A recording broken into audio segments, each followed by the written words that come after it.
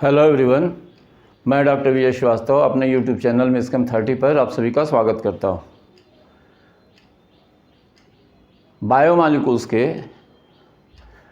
आज के सेक्शन में हम एक बहुत इम्पॉर्टेंट बायोमॉलिक्यूल के बारे में आपको बताने जा रहे हैं, जिसे हम कहते हैं न्यूक्लिक एसिड्स या न्यूक्लिक अम्ल। आपको बताएं कि जो पेरेंट्स होते हैं, जो माता पिता हैं, उनकी ऑफस्प्रिंग या उनकी संतान उनकी ही जैसी होती है। क्या आपने कभी सोचा कि ऐसा क्यों होता है? तो आइए हम आपको बताते हैं थोड़ा सा कि ऐसा क्यों होता है। यानी पेरेंट्स और ऑफस्प्रिंग्स यानी उनकी संतानें एक जैसी हो गई, एलाइक हो गई। क्यों हुआ? इसका मतलब है कि पेरेंट्स से कैरेक्टर्स का ट्रांसमिशन हुआ, लक्षण स्थानांतरित हुए। किसमें? ऑफस्प्रिंग्स में, संतानों में। यानी ट्रांसमिशन हुआ कैरेक्टर्स का।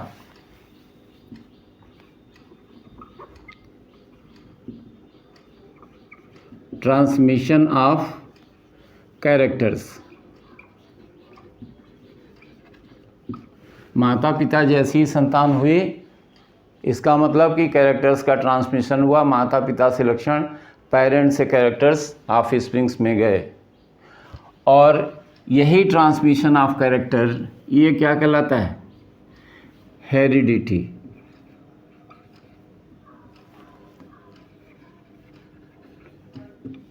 आनुवांशिकता।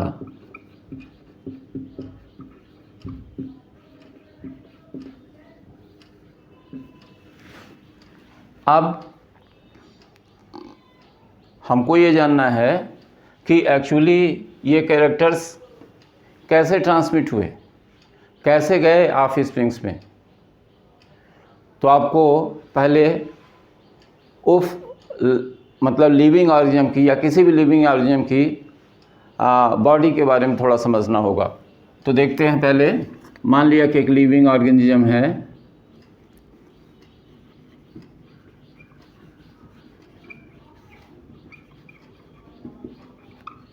और लिविंग ऑर्गेनिज्म की हम बॉडी के बारे में बात कर रहे हैं। तो लिविंग ऑर्गेनिज्म की जो बॉडी है, ये किससे मिलके बनी है?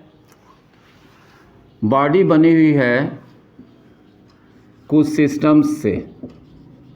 बहुत सारे सिस्टम्स मिलते हैं तो बॉडी बनती है।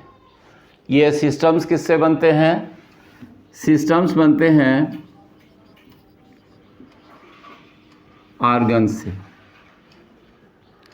और ऑर्गन्स किससे बनते हैं? टिश्यूज से। और टिश्यूज किससे बनते हैं? सेल से। मतलब कहने का कि सेल जो सिमिलर टाइप के होते हैं, एक जैसे होते हैं स्ट्रक्चर और फंक्शन में, वो मिल करके टिश्यूज बनाते हैं। उनका ग्रुप टिश्यू कहलाता है। टिश्यूज मिलते हैं, ऑर्गन्स बनाते हैं, एक तरह के फंक्शन वाले ऑर्गन। बहुत सारे ऑर्गन्स जो होते हैं मिलते हैं तो सिस्टम बनता है। जैसे कह सकते हैं digestive system, respiratory system, circulatory system, excretory system. मतलब ये जो जितने तंत्र जैसे हमारे शरीर में पाए जाते हैं, सांस लेने के लिए, ब्लड के सर्कुलेशन के लिए, एक्सक्रीशन के लिए, वो सारे सिस्टम्स बनते हैं। और सिस्टम्स का जो कॉम्बिनेशन होता है वो बॉडी होती है लिविंग ऑर्गेनिज्म की। उम्मीद करते हैं इतनी बात समझ में आई होगी। अब ये जो सेल्स हैं, सेल का ही की रोल हुआ। तो सेल को कहते क्या हैं? सेल को हम कहते हैं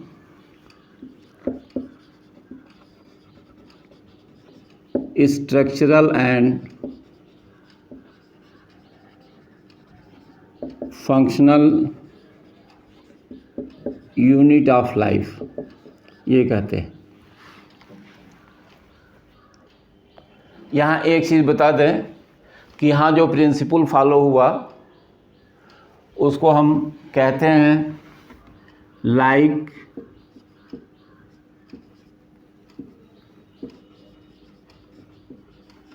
बिगेट्स लाइक, माने संतान जो होती है माता पिता जैसी होती है। अब उसको देख रहे हैं कि ऐसा क्यों हो रहा है। तो आपको बताया कि जो सेल्स हैं उनको कहते हैं structural and function unit of life. इसका मतलब जो हेरिडिटी है वो भी किससे रिलेटेड है, इसमें कैरेक्टर्स का ट्रांसमिशन जो होगा वो किससे रिलेटेड होगा, वो भी जो होगा वो सेल से रिलेटेड होगा, सेल से रिलेटेड हुआ। अब सेल में हमको पता करना होगा, सेल में बहुत सारे ऑर्गेनेल्स, तो कौन सा ऑर्गेनेल रिस्पांसिबल है उसके लिए। तो पता चला इन्वेस्टिगेशन से कि सेल में एक सेंट्रल पोर्शन पाया जाता है जिसे हम कहते हैं न्यूक्लियस या नाभिक, ये पाया जाता है न्यूक्लियस, सॉरी नाभिक नहीं कहते, यहाँ पर केंद्रक कहते हैं, बायो की भाषा में इसे केंद्रक कहते हैं। तो ये पाया जाता है न्यूक्लियस। अब ये जो न्यूक्लियस है इसके भीतर होते हैं क्रोमोसोम्स। इसको भी एग्जामिन किया गया कि एक्चुअली न्यूक्लियस के भीतर क्या है जो इस चीज़ के लिए रिस्पांसिबल होता है। तो पाया गया न्यूक्लियस के भीतर होते हैं क्रोमोसोम्स। अब ये जो क्रोमोसोम्स हैं वो किससे बने हुए हैं, तो इनमें होता है क्रोमैटिन,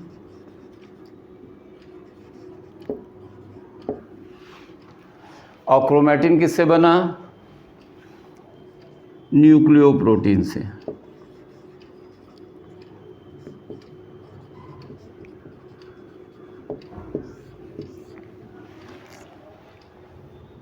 तो हेरिडिटी को हम लोग देख रहे हैं कि कहाँ से कोरिलेट हो रहा है। तो हमारी बात पहुंची कहाँ तक, न्यूक्लियोप्रोटीन तक। अब ये जो न्यूक्लियोप्रोटीन है वो कंजुगेटेड प्रोटीन है, संयुग्मित प्रोटीन। ये दो पार्ट से मिलकर बना है। इसके कंपोनेंट्स की अगर बात करें तो इसमें है प्रोटीन और इसके साथ जो पार्ट जुड़ा होता है वो नॉन प्रोटीन पार्ट होता है। ये जो नॉन प्रोटीन होता है इसे हम कहते हैं प्रोस्थेटिक ग्रुप।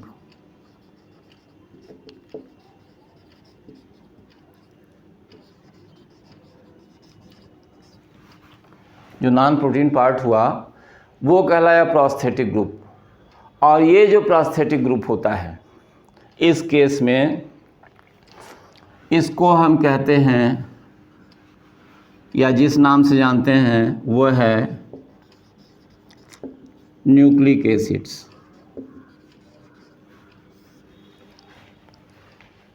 तो ये जो हेरिडिटी है या ट्रांसमिशन ऑफ कैरेक्टर्स है उसके लिए रिस्पांसिबल कौन हुआ, फाइनली न्यूक्लिक एसिड्स।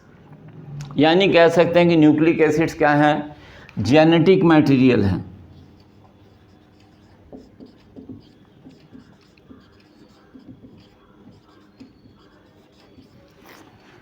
अब ये जो जेनेटिक मटेरियल है इसी से ट्रांसमिशन होता है कैरेक्टर्स का। तो इसके बारे में जब पता किया गया तो पता चला कि ये दो तरह का होता है, एक डीएनए यानी डीऑक्सी राइबो न्यूक्लिक एसिड,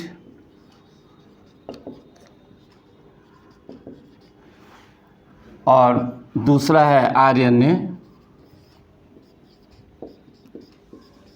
यानी कह दिया हमने राइबो न्यूक्लिक एसिड। ये दो नाम आए, डीएनए और आरएनए। अब जो डीएनए होता है ये लगभग सभी जीवों का जेनेटिक मटेरियल है। यानी कह सकते हैं कि genetic material of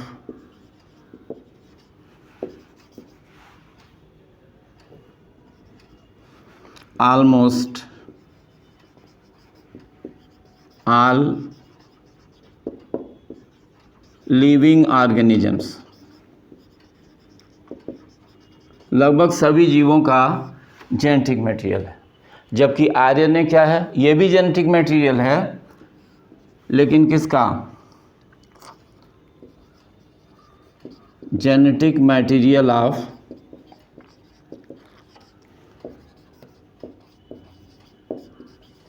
certain viruses, कुछ विषाणुओं का जेनेटिक मटेरियल है ये।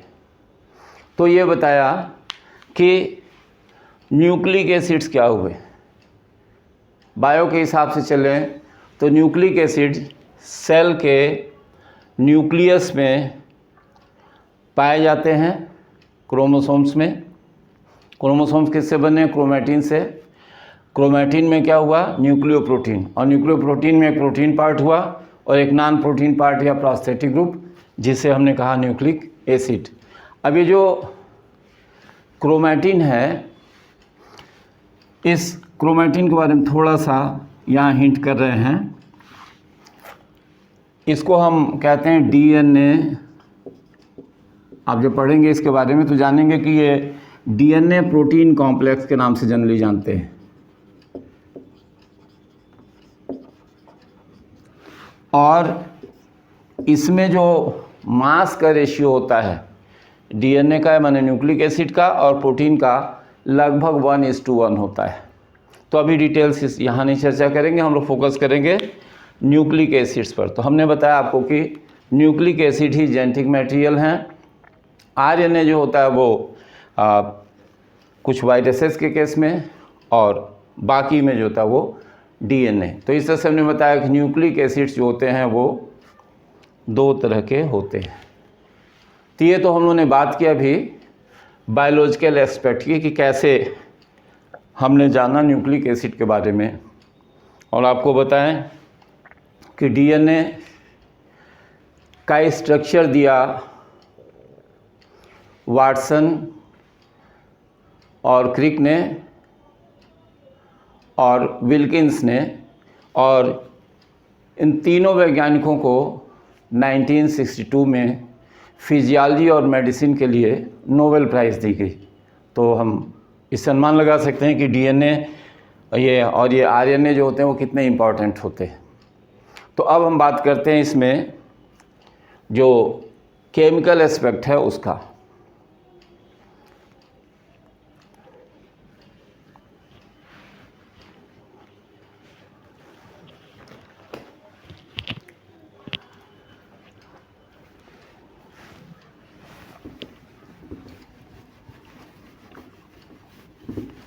तो हम देखेंगे कि केमिकली अब हम क्योंकि बायोकेमिस्ट्री से रिलेटेड बात कर रहे हैं,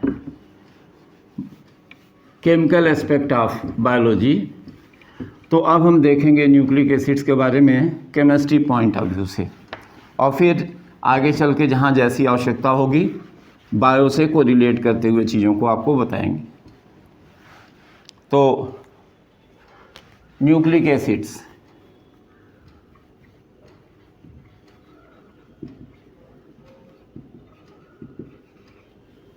हैं क्या? न्यूक्लिक एसिड्स मैक्रोमॉलिक्यूल्स हैं,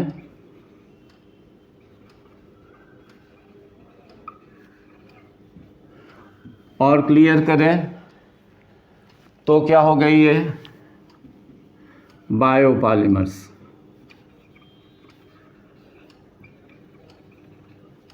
जैव बहुलक हैं। और किससे बने हैं ये बने हुए हैं न्यूक्लियोटाइड से। तो न्यूक्लियोटाइड्स इनके मोनोमर्स हैं। तो इस बेस पर बायोपॉलिमर्स जो हुए या जो न्यूक्लिक एसिड्स हुए, इनको हम क्या कह सकते हैं? इनको कह सकते हैं हम पॉलीन्यूक्लियोटाइड्स।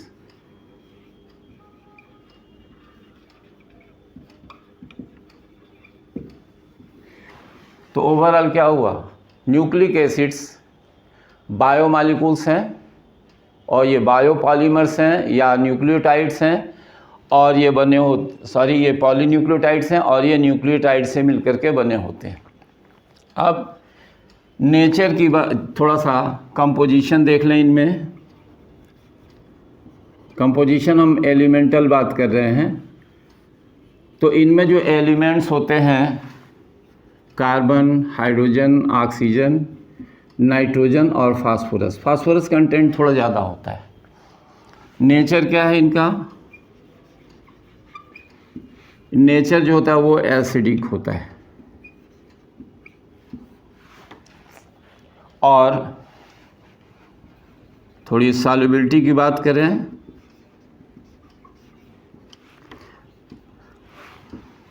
तो सॉल्युबल इन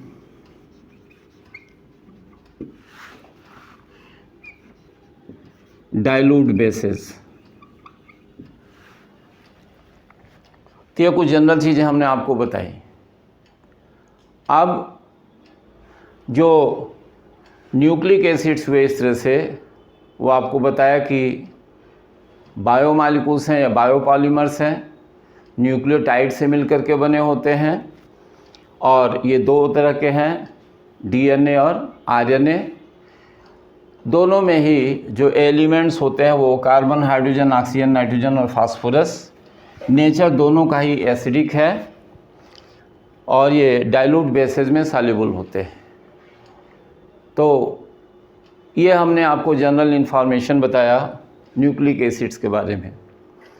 अब आगे हम आपको बताएंगे इसमें कि न्यूक्लिक एसिड्स के कंपोनेंट्स कौन कौन से होते हैं, लेकिन इस वीडियो लेक्चर में इतना ही।